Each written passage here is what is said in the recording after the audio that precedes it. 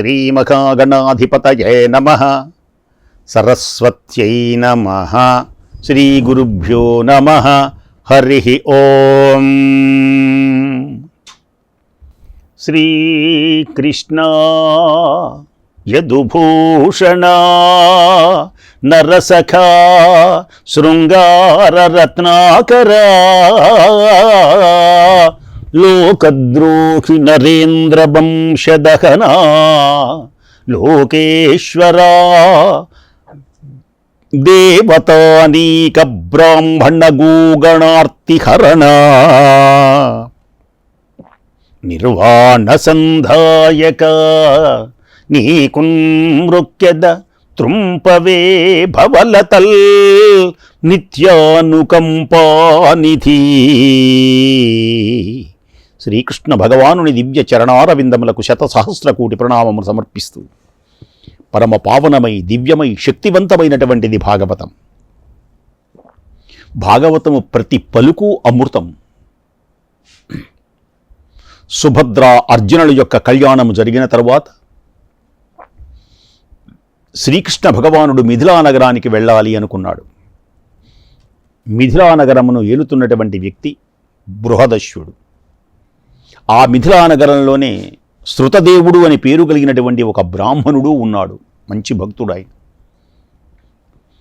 శ్రీకృష్ణుడు అలా బయలుదేరి మిథిలా నగరంకు వెళుతూ ఉంటే ఆయనతో పాటు అనేక మంది మహర్షులు, అత్రి మొదలైనటువంటి మహర్షులందరూ కూడా మిథిలా నగరికి వచ్చారు.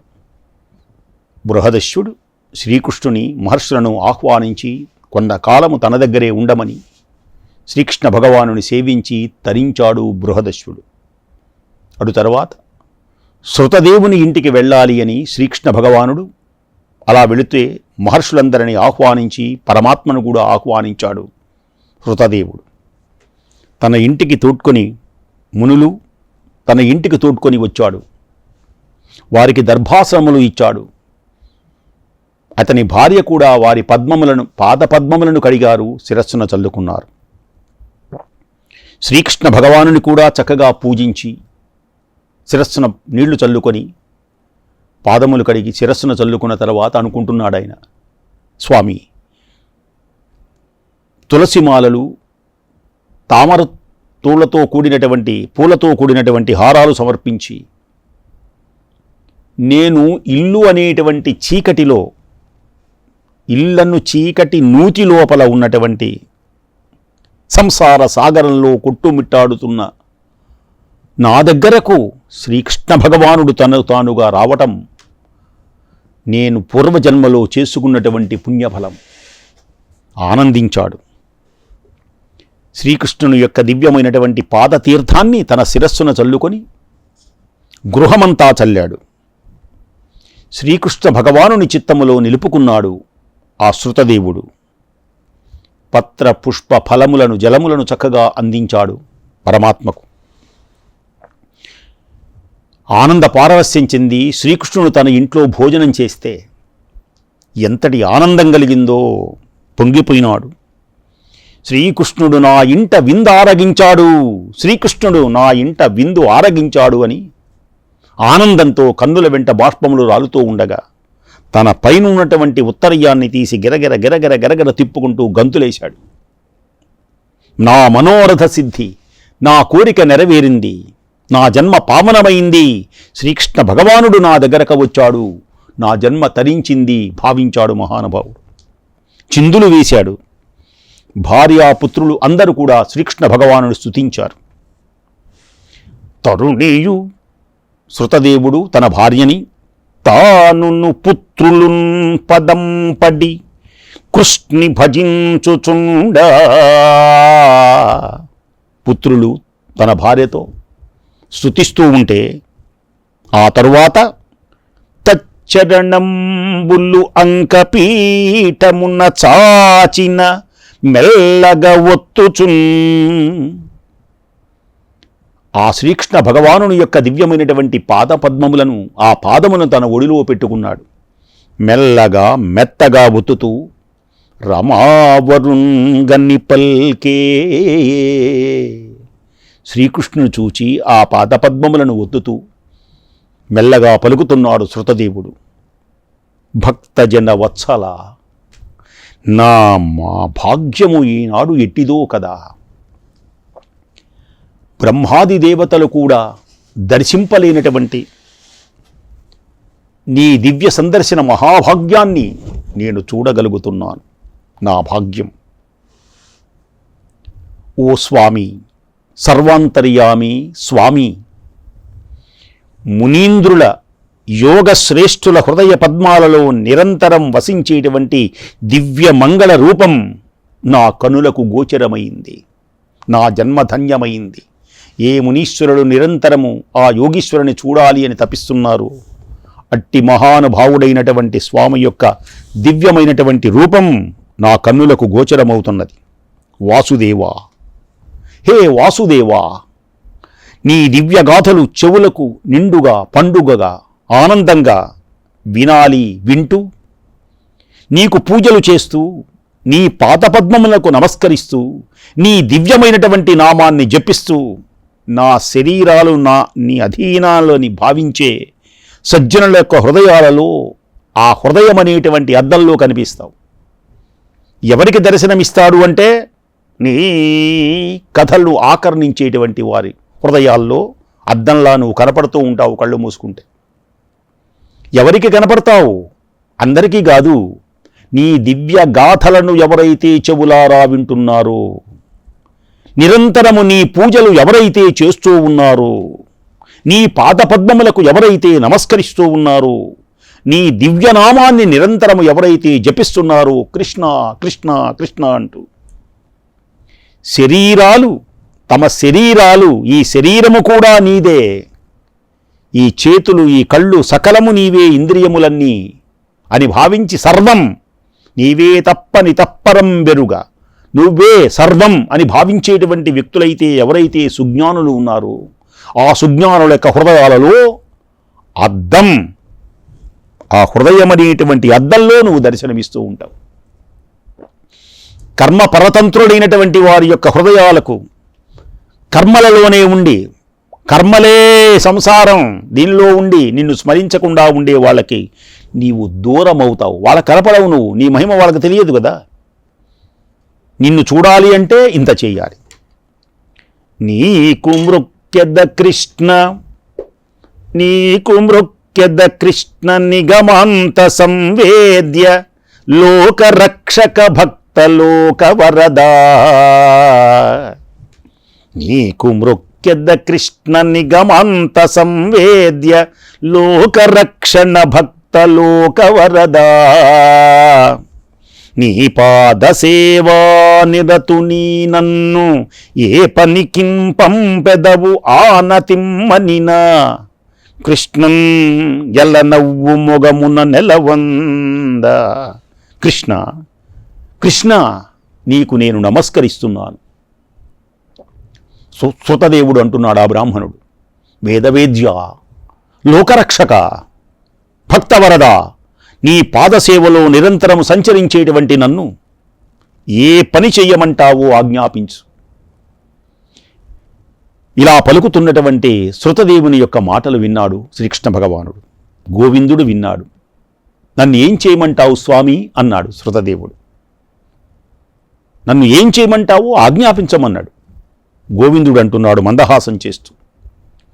అతని చేతిని తన చేతిలోకి తీసుకున్నాడు. ఓ భూసురోత్తమ,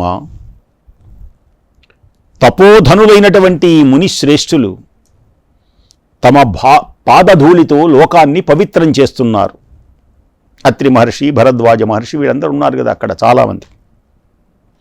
వారి యొక్క పాదధూళితో ఈ లోకాన్ని పావనం చేస్తున్నారు. వారు నాతో పాటు తాము కోరినటువంటి చోటికి వస్తూ ఉంటారు. నీ అదృష్టం పండి ఈనాడు నా వెంట నీ ఇంటికి విచ్చేశారు. వీళ్ళు ఎక్కడా ఉండరు, నేను ఎక్కడుంటే అక్కడ ఉంటారు.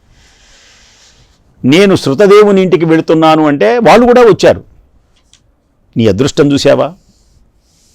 పుణ్యస్థలాలు, బ్రాహ్మణులు, దేవతా స్పర్శ, దర్శన, అర్చనల వంటి ఇవి ఉన్నవే, ప్రాణుల సమస్త పాపాలన్నీ నిర్మూలిస్తారు వీళ్ళు. మహర్షుల యొక్క సేవ చేయాలి, బ్రాహ్మణుల సేవ చెయ్యాలి, దేవతలను స్పర్శించాలి, దర్శించాలి. అందువల్ల ప్రాణుల యొక్క సమస్తమైనటువంటి పాపములు తొలగిపోతాయి. బ్రాహ్మణుడు పుట్టుకతోనే సమస్త ప్రాణములలో గొప్పవాడవుతాడు. అతడు జప తపోధ్యాన అధ్యయనాదులు పరిపూర్ణుడై ప్రకాశిస్తాడు. అందుకనే బ్రాహ్మణుడు గొప్పవాడు. కాబట్టి ఈ వేదవేత్తలైనటువంటి వీళ్ళు జపతపోనుష్ఠానములలో గొప్పవాళ్ళు వీళ్ళందరూ. కనుక ఆనంద పారవస్యంతో ప్రకాశించేటువంటి మహానుభావులు వీళ్ళందరూ. దివ్య తేజోమయమైనటువంటి మహానుభావులు వీళ్ళందరూ.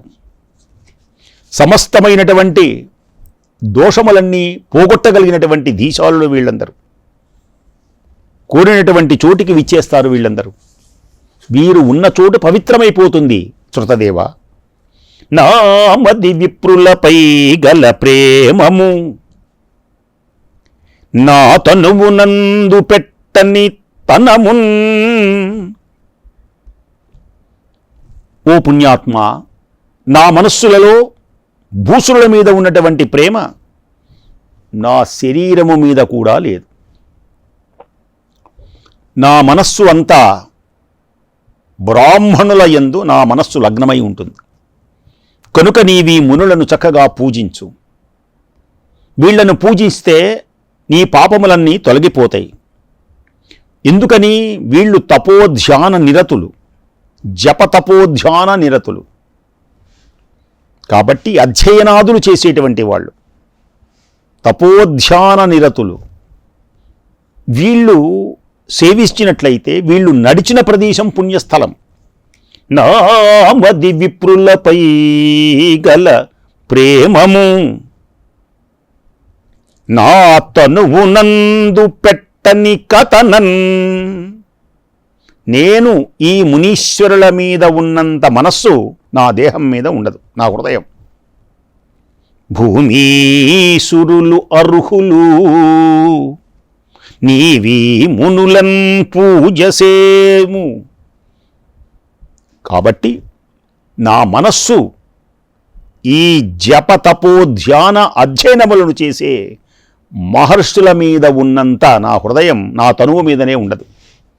కాబట్టి నీవీ మునులను చక్కగా పూజించు అన్నారు శ్రీకృష్ణ భగవానుడు. ఇదియే నాకిష్టం. ఇందాక అడిగాడుగా, నన్ను ఏమి ఆజ్ఞాపిస్తే నేను చేస్తాను అన్నాడు. నాకిష్టమైనది కూడా అదే. బ్రాహ్మణులను పూజించితే నన్ను 10,000గా పూజించినట్లు భావించి సంతోషిస్తాను నేను. కనుక స్థిరమైనటువంటి భక్తితో భూసురులను పూజించు అని శ్రీకృష్ణ భగవానుడు ఆజ్ఞానుసారం శృతదేవుడు అత్యంతమైనటువంటి భక్తితో ఆ మునీశ్వరులను పూజించాడు. వచ్చినటువంటి అత్రి, భరద్వాజ, అనేక మంది మునీశ్వరులు వచ్చారు, చెప్పుకున్నాంగా. వాళ్ళందరినీ పూజించాడు. ఈ విధంగా శ్రీకృష్ణుడు మిథిలా నగరమును ఏలుతున్నటువంటి బహుళాశ్వ రాజు చేత వేదాంగ పారంగతుడైనటువంటి నిత్యశ్రోత్రియుడైన మహాభక్తుడైనటువంటి శృతదేవుడు అనేటువంటి బ్రాహ్మణుని కరుణించి కటాక్షించి వారికి శుభములను ప్రసాదించి వారి దగ్గర సెలవు తీసుకొని రథమునెక్కి మునులతో పాటు మోక్షదాయకమైనటువంటి ద్వారకకు చేరుకున్నాడు. ద్వారక వింటేనే మోక్షం.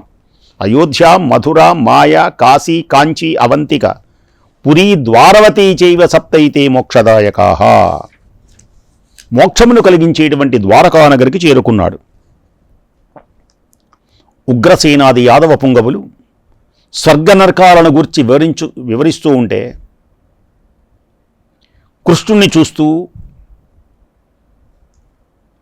కృష్ణుడే మా సర్వస్వం, స్వర్గ నరకాలను ఉంటాయి, అవి పక్కన నెట్టాయి, ఏదో ఇచ్చేస్తే స్వర్గం, అది చేస్తే నరకం కాదు, కృష్ణుడే సర్వస్వం, అసలు స్వర్గం నరకాల గురించి ఆలోచించవలసిన అవసరం లేదు, అవి ఎక్కడుంటాయో మనకు అనవసరం, మనకు కావాల్సింది ఏమిటి? కృష్ణుని యొక్క నామం, కృష్ణుని యొక్క సేవ, కృష్ణ పారాయణం. ఆయనను చూస్తూ ఉండాలి, ఆయనతో మాట్లాడుతూ ఉండాలి, కృష్ణుని యొక్క శరీరాన్ని తాకుతూ ఉండాలి. దర్శనం, స్పర్శనం, భాషణం. కృష్ణుణ్ణి కొనియాడుతూ ఉండాలి, కృష్ణునితో కలిసి ప్రయాణం చేస్తూ ఉండాలి, ఆయనతో కలిసి కూర్చోవాలి, ఆయనతో శయనించాలి.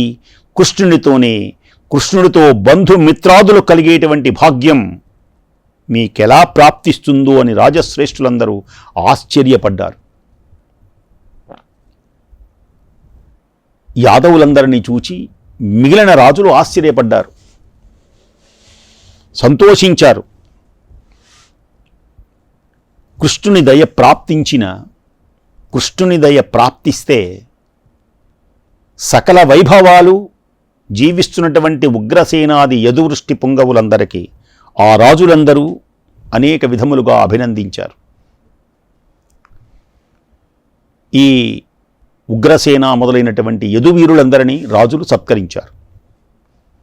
ఆ సమయంలో పాండురాజు యొక్క పత్ని అయిన కుంతీదేవి తన కుమారులకు కౌరవులకు వల్ల కలిగినటువంటి అపకారాలను స్మరించుకొని మనస్సులో బాధపడుతూ అన్న అయినటువంటి వసుదేవుని దగ్గర కూర్చొని బాధపడుతున్నది. కౌరవులు తన కుమారులైనటువంటి పాండవులను ఎంత హింస పెడుతున్నారో, ఎంత వేధిస్తున్నారో అన్నయ్య అంటే వసుదేవుడు, వసుదేవుని యొక్క చెల్లెలు కుంతీదేవి, వసుదేవుని యొక్క భార్య పేరు దేవకీదేవి. ఆ శూరసేనుడు అని పేరు కలిగినటువంటి రాజు యొక్క ఇద్దరు పిల్లలు, వసుదేవుడు, కుంతిని కుంతి భోజనకు దత్తత ఇవ్వటం వల్ల ఆమె కుంతి అయింది. అసలు ఆమె పేరు పృథా. అందుకని అర్జునుని పార్థివ అంటూ ఉంటారన్నమాట.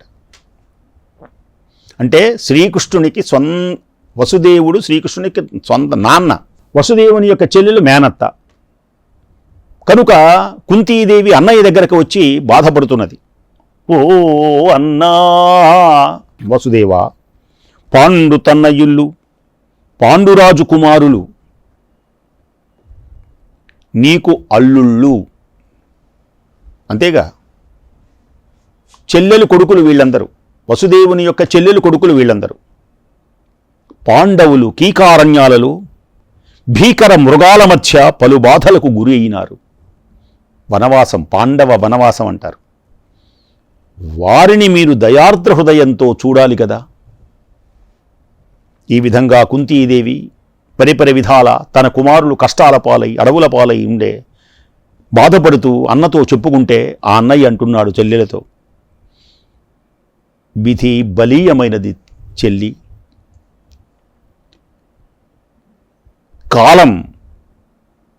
కాలోహి దురితక్రమ, ఎవరికైనా ఎన్నడైనా కాలము ముందు అందరూ తలవంచవలసిందే. విధి ప్రతికూలమైనప్పుడు మనమేమీ చెయ్యలేం. వసుదేవుడు ఆమెతో అంటున్నాడు. కుంతీదేవి ఏడుస్తూ ఉంటే చెల్లెలు యొక్క కన్నీళ్లు తుడిచి, అమ్మా చింతించడం దేనికి, విధిని నిందించడం ఎందుకు, అన్నిటికీ కర్త ఈశ్వరుడు. అతడి మాయను అనేటువంటి తెర నుండి సూత్రధారి వంటి వాడైన ఒక తెర వేశాడు, తెర తీస్తాడు. ఈ జగన్నాటకంలో సూత్రధారుడు పరమాత్మ, మనమందరం పాత్రధారుడం. ఈ కష్టాలు కలకాలం ఉండవు, ఈ దుఃఖాలు కలకాలం ఉండవు. ఎప్పుడు ఏది ఏ పాత్ర వేయాలో ఆ పాత్ర వేయటమే. మానవులందరూ అతని చేతిలో ఉన్నటువంటి కీలుబొమ్మలు గనక విధికి ఎదురుగా ఈదటం దేవతలకైనా సాధ్యం కాదు. విధి విధానాన్ని ఎవరూ త్రప్పించలేరు. కాబట్టి ఏ నిమిషానికి ఏమి జరుగును ఎవరు ఊహించెదరు. విధి విధానాన్ని ఎవరు తప్పించగలరు? భగవంతుని చేతిలో మనమందరం కీలుబొమ్మలు. పూర్వం దుర్మార్గుడైనటువంటి కంసుడు మమ్ములను క్రూరంగా బాధించాడు, చెరసాల్లో పెట్టాడు. ఎన్ని ఇబ్బందులు పడ్డామో తెలుసా? మేము మా నెలవులు వీడి అడవుల పాలై నానా అవస్థలు పడ్డాం. ఎన్ని కష్టాలు పడ్డామో నీకు తెలుసు. కరుణా సింధువైనటువంటి ఆ కృష్ణుని యొక్క దివ్యమైనటువంటి అనుగ్రహం చేత మేము ఆపదల నుండి అలా గట్టెక్కామే కానీ మరే కారణం కాదమ్మా. ప్రతి వ్యక్తి కష్టములు అనుభవింపవలసిందే. ఆ పరమాత్మ యొక్క దివ్య అనుగ్రహానికై మనం నిరీక్షించక తప్పదు. వసుదేవుడు కుంతిని ఊరడించారు. నంద యశోదలు, గోపబాలురు, గోపికలు తమ వెంట రాగా కృష్ణుని చూడడానికి పరమానందంతో అందరూ కూడా నచ్చారు. చాలా కాలం తరువాత నందాదులు యాదవ ప్రముఖులతో ఎదురేగి ప్రేమతో పరామర్శించి స్వాగతం పలికారు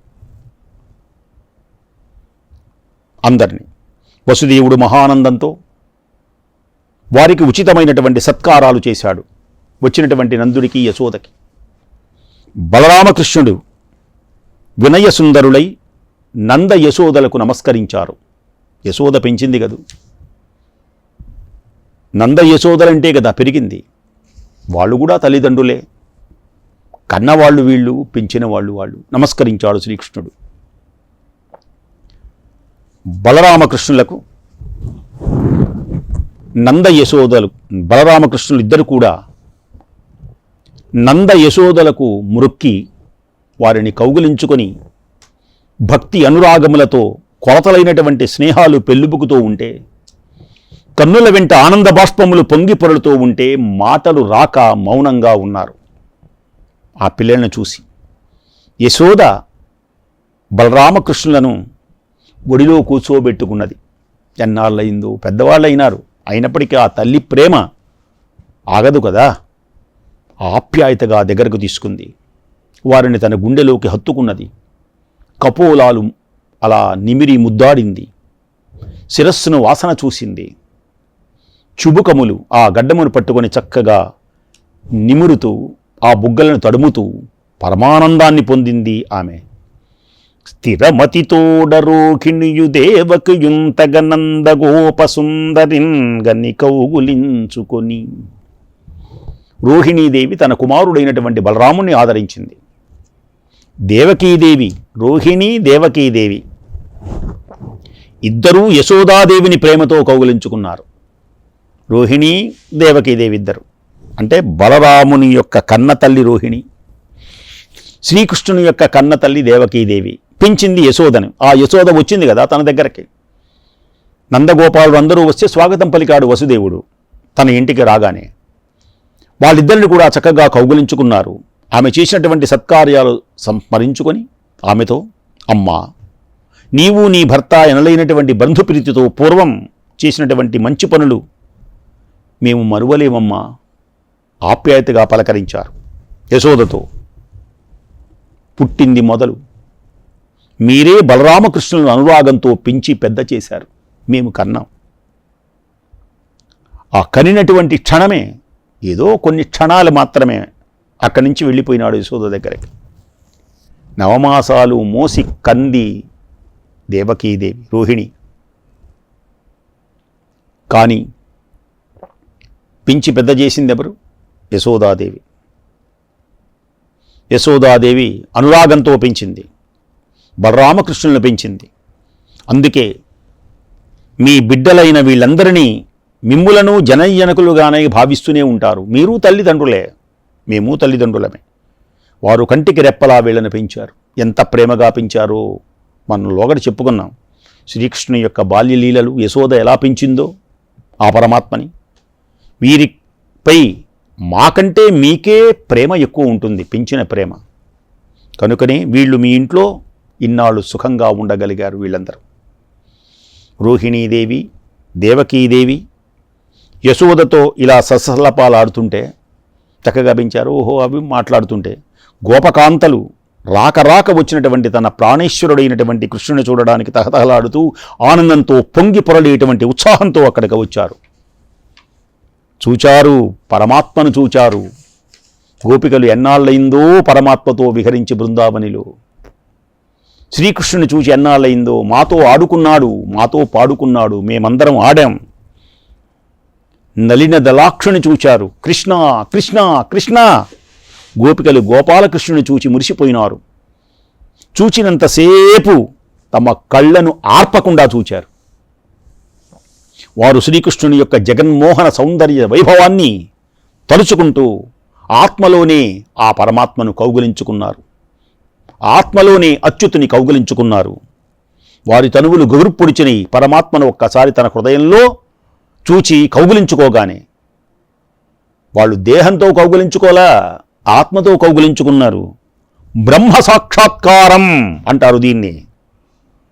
ఆత్మానాత్మ వివేకంతో ఆత్మ పరమాత్మతో లీనమైనప్పుడు పొంగినటువంటి ఆనందం ఒక యోగులకు మాత్రమే లభ్యమవుతుంది. అట్టి యోగీశ్వరుని చూచి ఆనందించి పరవశించేటువంటి యోగినిలాగా గోప స్త్రీలు అలా పరవశించిపోయినారు.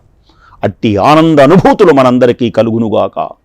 శ్రీకృష్ణ భగవానుని దివ్య అనుగ్రహం మనందరి మీద ప్రసరించాలని మనసారా కోరుకుంటూ స్వస్తి.